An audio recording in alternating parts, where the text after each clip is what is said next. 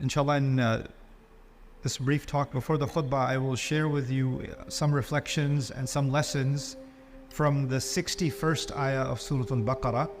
And as I continue to talk about this ayah, I think anybody who thinks about this ayah deeply will understand why it's important for us to review ayat like these at a time like this. Allah Azza wa Jal is placing this ayah in a certain context. Banu Israel have escaped Fir'aun. They got away from Fir'aun. And for many, many generations, they were living under the rule of Fir'aun. So for a long time, they've lived as an occupied people with a dominant force that rules over them and treats them like slaves and keeps them like an underclass, right? Now the thing is, there's a strange relationship between the oppressor and the oppressed. In the history of the world, you have nations that get dominated by other nations. That has happened throughout history. The Japanese did that to the Chinese, for example. The British did that to many parts of the world. The Dutch did it in Indonesia, etc., etc. And when these invaders, colonizers, rulers, whenever they come somewhere, after they win, the general public, not the people who were fighting them, but the general public, the millions and millions of people that were living, their life at first doesn't seem like it changed that much. So if somebody was a farmer before the Romans took over, somebody's a farmer after the Romans took over. The taxes go in a different direction, but their life really didn't change all that much, other than the war. The same way when especially particularly the Roman Empire, the Mongols, other warring nations that expanded their territory all over the world, one of the ways they did that is they didn't change too much of what was going on. You keep your system, you keep doing the farming the way you do, you keep the market the way you do, just the money needs to come this way now.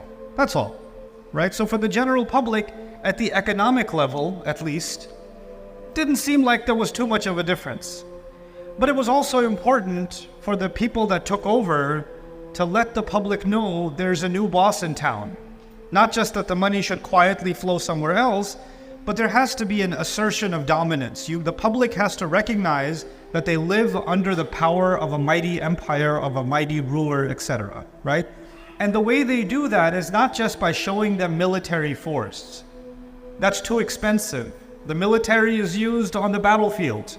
The military is used in espionage and collecting intelligence. But the military, when you try to use the military to control the population is too big. And that's not the job of the military. So they have to use other weapons. And I'm going to call them weapons. The Americans most recently called it the Hearts and Minds campaign. That's what they called it. So you don't need guns and bombs. What you need is entertainment. What you need is sports. What you need is culture, concerts. What you need, and the Romans did this, all these empires did this. They'll put on these big shows. You'll have a national celebration day, etc. You have to make the people feel like their loyalty to the empire is part of being a citizen. And these people won because they deserve to win.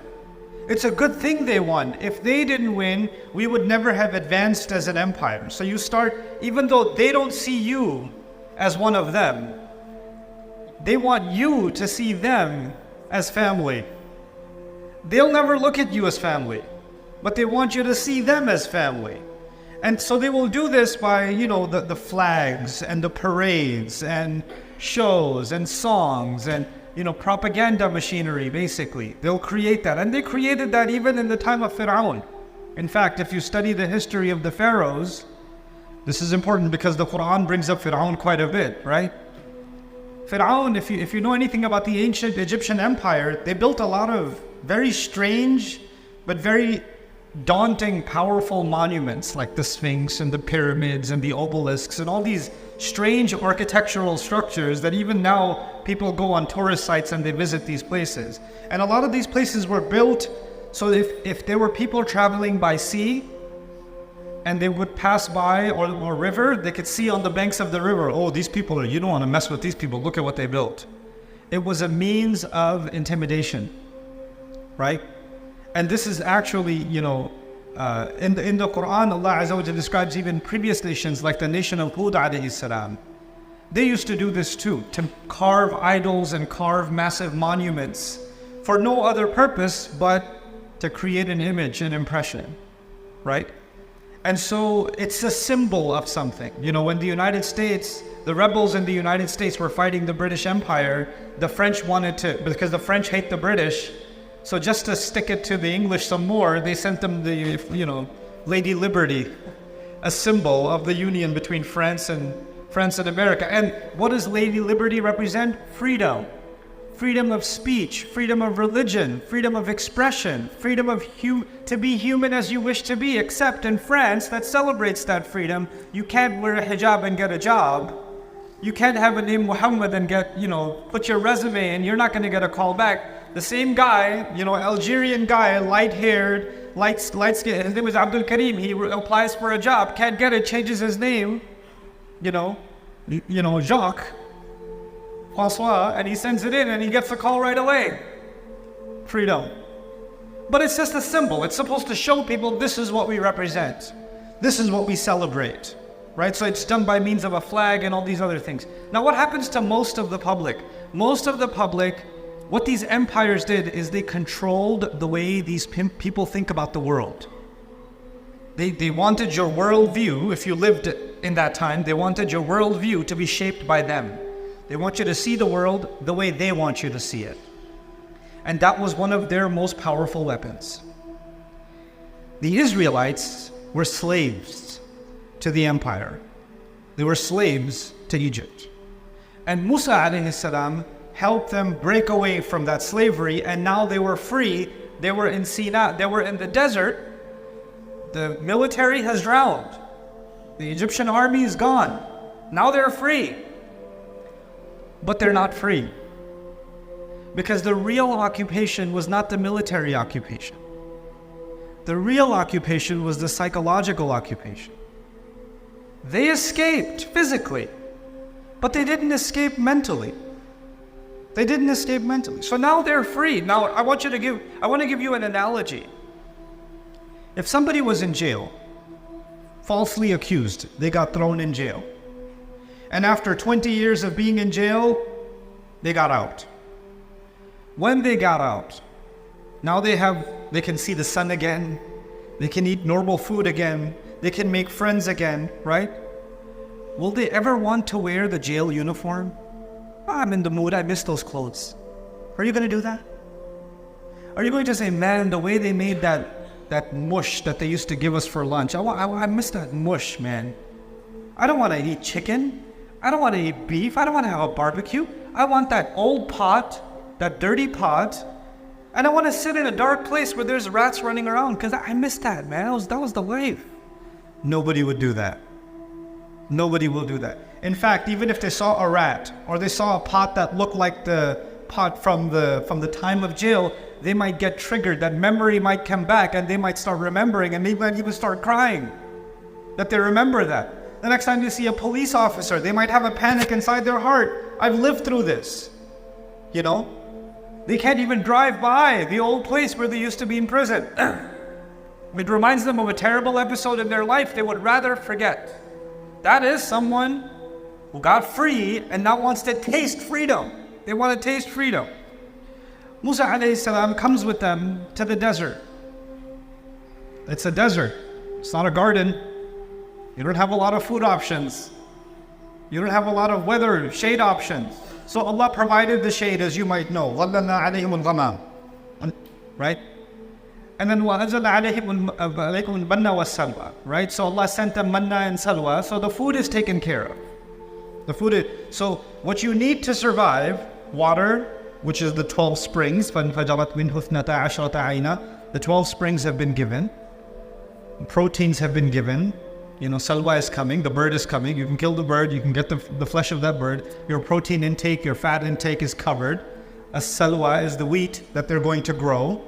So their protein, their carbs are covered, taken care of. It's a full nutritional plan. They can survive perfectly well and be hydrated, now with freedom. And these people that were free physically were still enslaved mentally. And they come to Musa alayhi salam in ayah number 61, and they say, وَإِذْ قُلْتُمْ, Allah says, and you people said to Musa, at the time when you said, لَن نَصْبِرَ عَلَى طَعَامٍ وَاحِدٍ. We can't just keep eating one kind of food. We don't have the patience to keep eating the same food over and over again. What's for lunch? Manna and salwa. What's for dinner? Salwa and manna. Same thing over and over again. I can't do this anymore. Come on. Let's have some variety. So they turned to Musa alayhi salam, and in this part of this complaint, they said, فَادْعُ لَنَا رَبَّكَ يُخْرِجْ لَنَا مِمَّا تُنْبِتُ الْأَرْضُ مِنْ بَقْلِهَا وَقِثَّائِهَا وَفُومِهَا وَعَدَسِهَا وَبَصَلِهَا. Said, why don't you go make dua to your Rabb? He should bring out some other variety of vegetables for us. Lentils, or to speak of dal, pyaz. Some tarkari should be there, some masala should be. This is bland food. Can't keep eating this stuff. Can we place a better order with Allah? That's what they're asking. Now, why is this significant? Why did Allah mention all these names of these vegetables? Interestingly, these were popular vegetables in Egypt. And they saw their masters eating this food all the time. And they probably got some leftovers themselves. So I was giving you the analogy, they miss prison food. Right? Now you got free, but your brain is still in the jail cell, and you're asking for the food you used to enjoy in the jail cell, and you're telling your prophet, yeah, this freedom is nice, but can we go back to jail food? Can we have that again? And Musa alayhi salam did something remarkable here. By the way, it's not just the food. It's not just the food. We used to live under one of the greatest, mightiest empires on earth. Every other nation in the world was scared of Fir'aun. We had Fir'auni citizenship. We had an Egyptian passport. We had the green card. We had it all. And we gave all of that up, and now we're in the desert eating this bird and this bread. This is freedom? This is what you brought us to? We went from the #1 nation in the world, and you want us to live like this. You see, they were not the #1 nation in the world. They were slaves of the #1 nation in the world. But in their head, we're #1, baby. Because the slave owner wants to make you think that you're part of the empire. Even though you're just the insect that they step on. You're just the insect that they step on. That's all you are. You'll have people that are, in American politics, for example, there are people that are crazy about Donald Trump. They're crazy about him. Christians that are more interested in Trump than Jesus. I've seen it.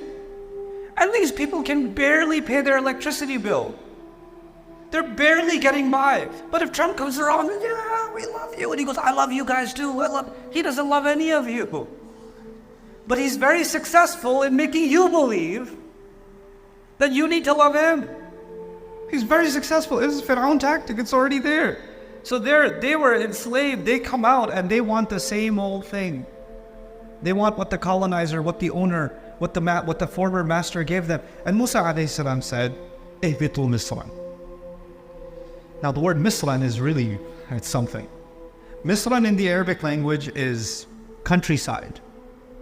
You could say baladan, arban, right? You could say wadiyan, you could say any word and this would work. But Allah chose the word Misran. With a tanween on it, Misran, you can hear the noon at the end, Misran. But the word for Egypt in Arabic is Misra. Misra, without the tanween. It's mamnu' min as-sarf. So those two words are very close to each other, but they don't mean the same thing. If you say Misra or Misru, it's Egypt. If you say Misrun or Misran, it's countryside. But the word is very close. It's as if Musa alayhi salam is saying, you want to go back down into another Egypt. You want to go to a new place, but actually you want Egypt all over again. Let me tell you something interesting about where I come from. I'm originally from Pakistan. I love Pakistan. I love that entire region, actually. I love the history of that region. A book for especially the university students that are sitting here and high school students that are sitting here, the boys and the girls. I really want you to read this book, especially if you come from South Asia. If you come from India, Pakistan, Bangladesh, Afghanistan, even Sri Lanka, other parts of that region, I want you to read this book. It's called Islam and the English Enlightenment. Islam and the English Enlightenment. I really want you to read it for yourselves.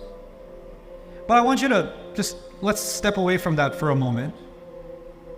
The British colonized India. They ruled over the Hindus, the Sikhs, the Muslims for some time.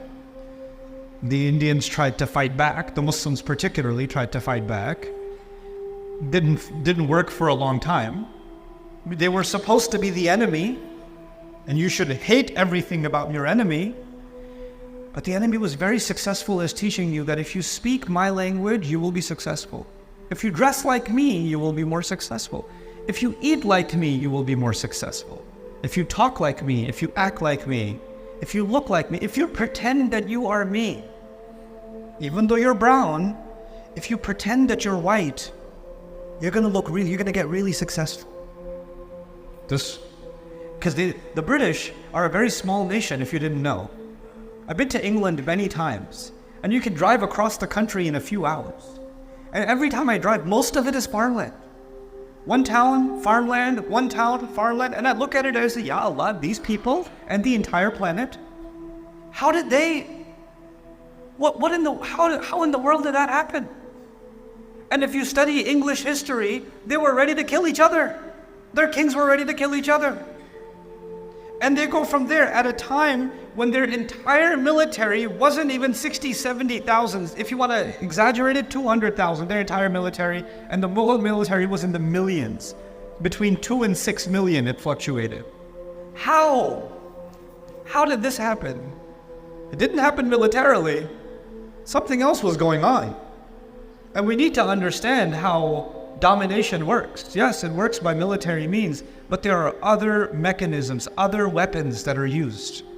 And in those weapons, even when people break free from the British, even when people fight in Algeria, they fight and kill. They get killed to get the French out of their land. They can get the French out, but there's a French that stays inside. They can get the British out, but there's a British that stays inside. And when it resides inside, now you can go to a country like Pakistan, which I love. And Pakistan has a remarkable heritage of many, many languages. Many of those languages are dying, right? And if you go to a restaurant and you speak in Urdu, then the waiter might look at you like. But if you say the same exact thing in English, on top of that, if you say it in an American accent, please, sir, this way, sir. You could conduct the experiment. I could walk into the same restaurant with a suit on, speak in English, I could go back out, change it to shalwar kameez, and then come back in and speak in Urdu. Completely different treatment. And this is not in America.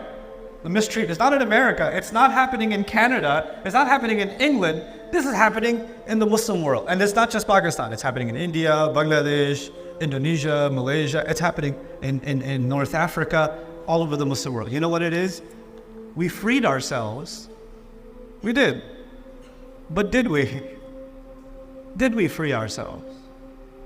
It's as if we wanted another Misr. We wanted another Misr. And the new one, for the new generation now, they're like, I was born in Canada. What are you talking about? I can't relate to any of this. Yeah. We talk to you for a second. You know who your colonizer is? Brand names. Your TV, your loyalty to your entertainment accounts. Your worship of your sports teams. This is how your new master keeps you busy. It keeps you busy with the new car that came out, the new phone release that came out that has a camera which is exactly the same as the last camera, but for you, your life is incomplete if you don't have the newest one. You have to have it. You have to show it. You will be proud of democracy, living in a democracy that is so busy destroying democracies all over the world. But you're so proud of democracy. And then, at least we have rights, at least we have this, and then that facade will start breaking. So what I'm trying to tell you by means of this ayah is that Musa alayhi salam gave them a warning. If this is what you want, You want to live as slaves again? If not physically, then mentally, go ahead. Go into another Egypt. This time, it's not a Fir'aun that has to rule you. Fir'aun is already in your head and you are colonizing yourselves on autopilot. I mean, the best kind of slave is a slave you don't even have to build a prison. Save money. The slave who's a slave while he thinks he's free. The owner doesn't even have to spend any money. This is the easiest way. This is great. You know, there used to be a time before the banking systems that developed and the taxation systems that developed that the kings used to send the forces and the forces used to come and collect the money from every house, and it got smarter. They're like, this is too much. I've got to pay the soldier.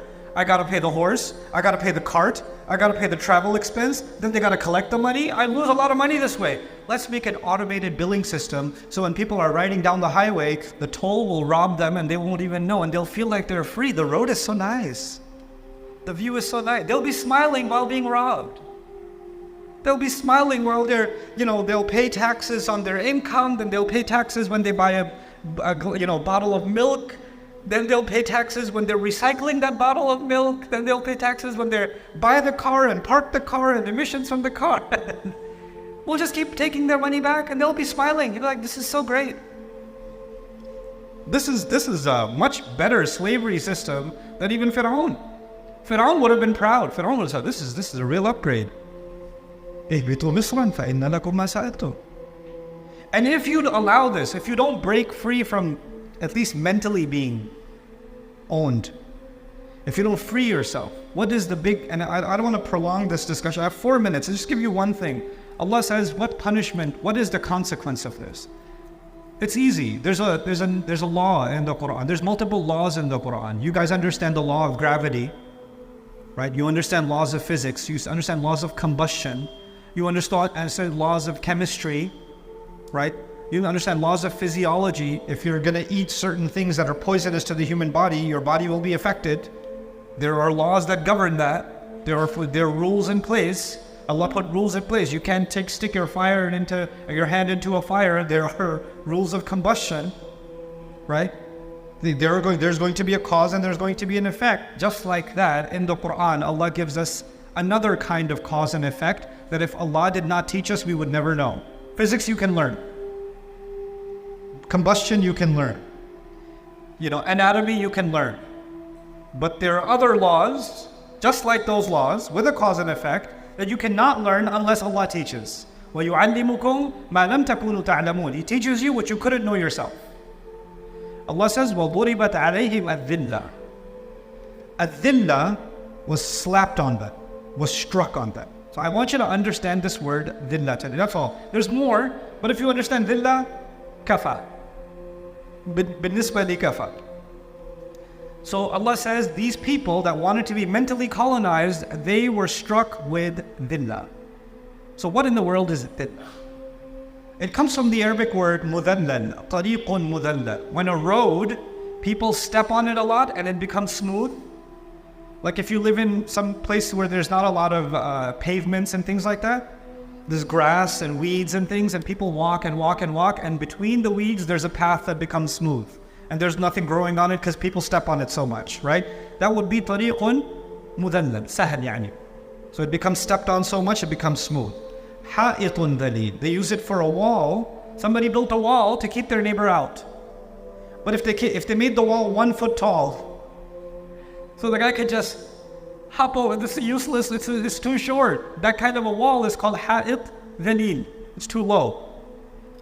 The same way baytun dalil. They say for a house, when you're buying real estate, you want to buy real estate on top of a hill or a little bit elevation, because if it rains, the water will come down. But if you bought your house at the bottom, everybody else's problem is not there. It becomes your problem.